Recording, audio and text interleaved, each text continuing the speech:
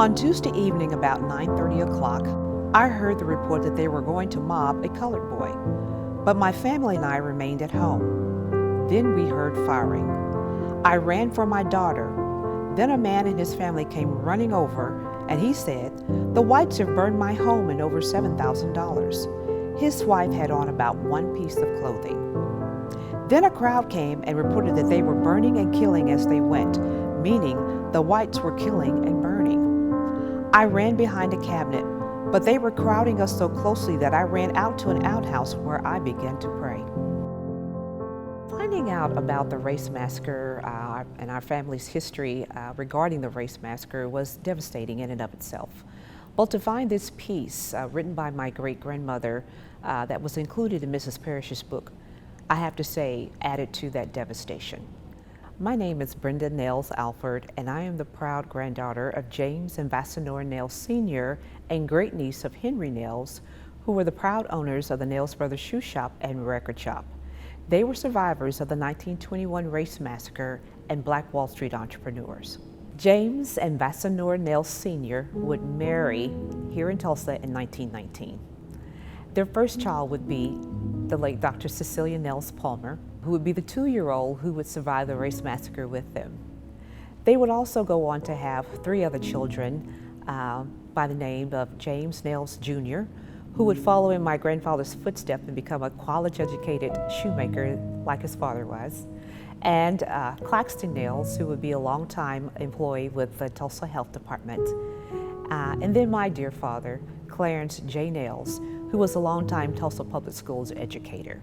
My family businesses were the Nails Brothers Shoe Shop and Record Shop that was located at 121 North Greenwood Avenue and various locations throughout the community.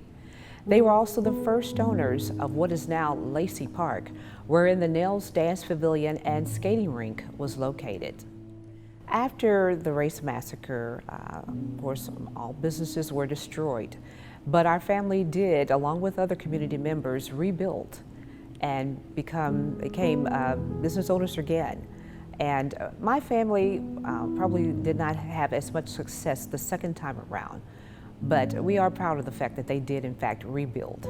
They were people that, in spite of the situations that they endured in their lives, they kept moving forward. And that's what they taught us, is that when we face adversities in our own lives, to never give up, to keep the faith and keep moving forward.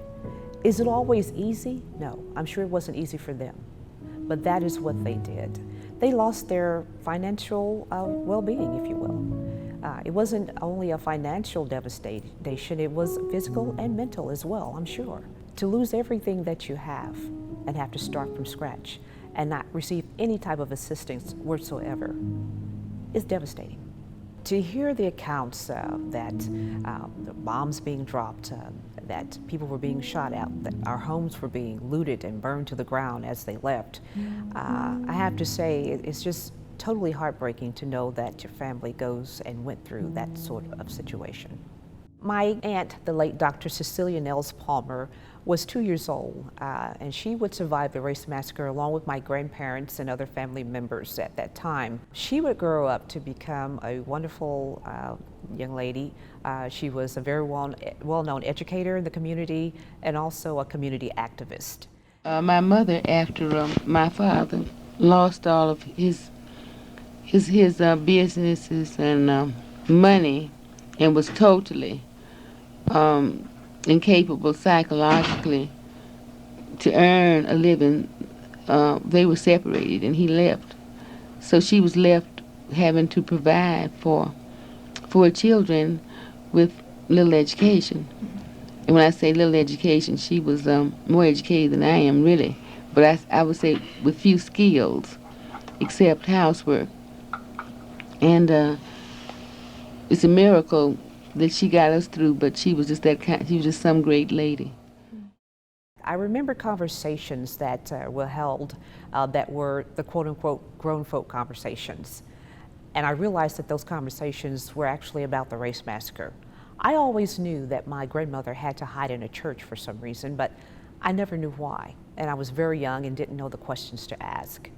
I also know that when our family members would take a ride to go to some location within Tulsa, and we would pass by the Oak Lawn Cemetery at Peoria and 11th Street, the comment would always be made, you know they're still over there. And everybody in the car would nod their heads, yes, they're still over there. And as a little girl, I had a little thing about that cemetery because I was like, what's over there? But I would finally learn as an adult what all of that meant.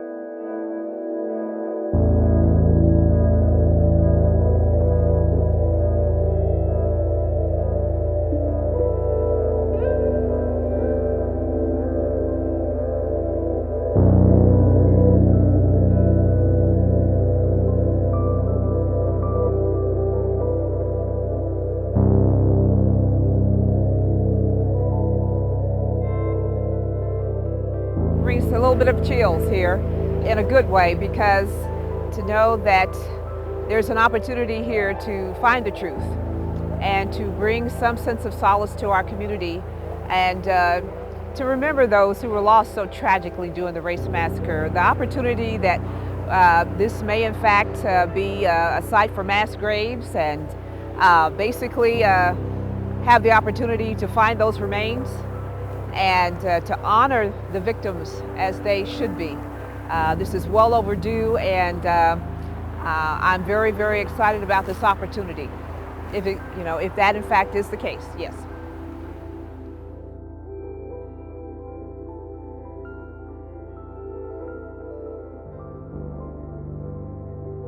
I mean, we're in a point right now where we have, I think, the best team in the whole country that could be doing this work. And you just heard that this is not some technical exercise for them. For them, this is very personal. It has become personal. And for our community, it is. I'm thankful that we're in a position today to continue the work that they started decades ago and do right by it.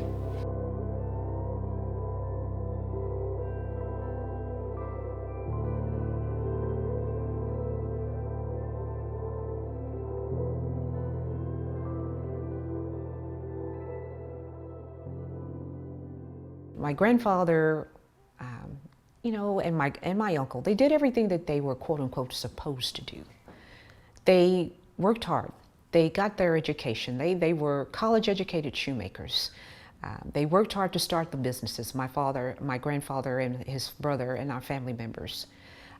They were able to employ family members and other members of the community as well. And to be successful. In Miss Parrish's book, I love how she outlines what great businessmen that my grandfather and my great uncle were. And I'm finding that to be true. To lose it all in a matter of hours, it takes away a man's dignity. Their life showed us that you can do everything in life that you're supposed to do. The way,